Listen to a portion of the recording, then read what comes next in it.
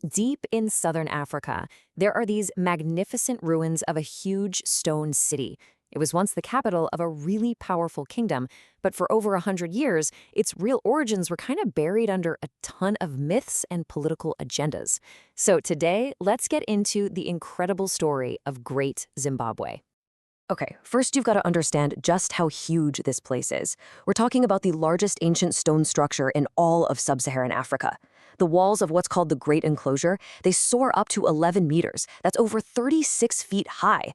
And get this, they were built with this incredible technique where every single granite block was shaped and fitted so perfectly that no mortar was needed at all. It is an absolute masterpiece of engineering.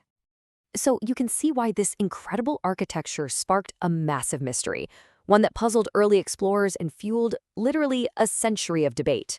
Who on earth had the skill, the resources, and the vision to build something this magnificent?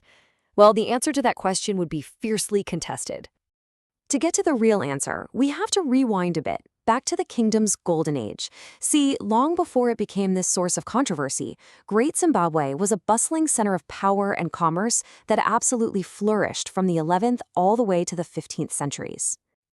And the first clue to who built it is hiding in plain sight. It's right there in the name. Zimbabwe isn't some modern name somebody made up. It actually comes from Zimba ze Mabwe, which is a phrase in the Shona language, and it translates directly to large houses of stone. The name itself is telling us who built it, the ancestors of the local Shona people. And we're not talking about some small settlement here. At its peak, this city was home to as many as 18,000 people. To put that in perspective, its area was comparable to medieval London. This was a true urban center, the heart of a vast and powerful state. This kingdom was anything but isolated.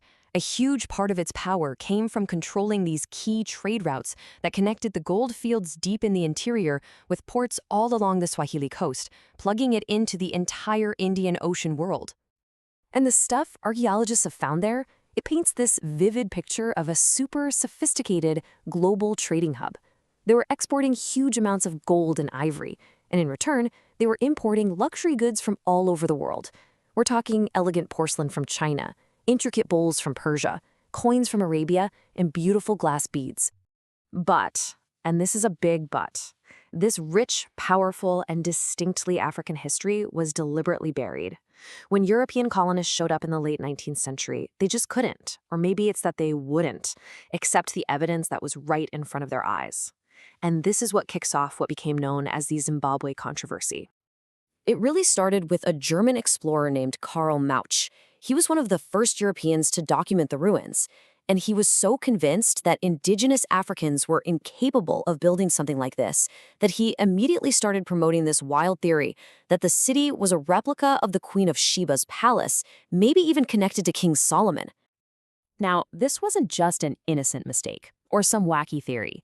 No, this myth had a very real and very powerful political motive. By claiming that foreigners built Great Zimbabwe, it propped up the whole colonial narrative that Africa needed a civilizing mission from outsiders.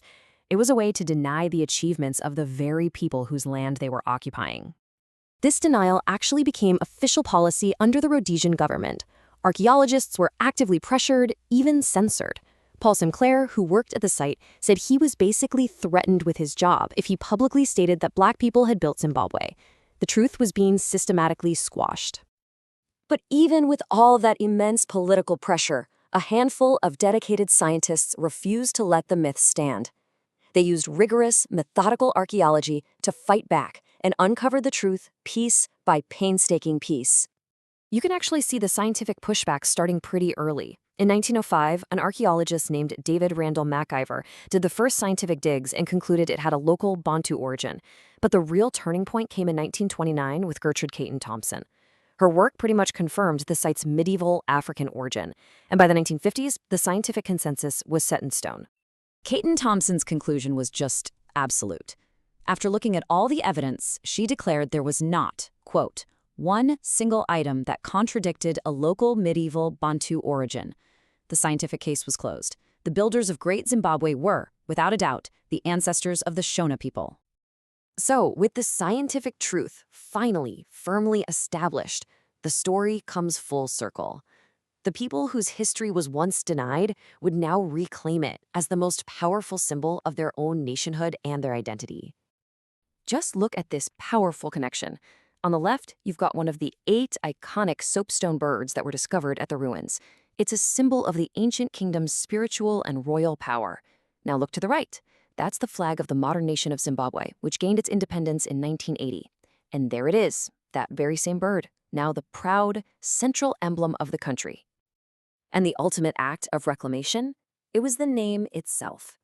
The new nation chose to call itself Zimbabwe, directly honoring the great houses of stone and forever linking its modern identity to its magnificent pre-colonial past.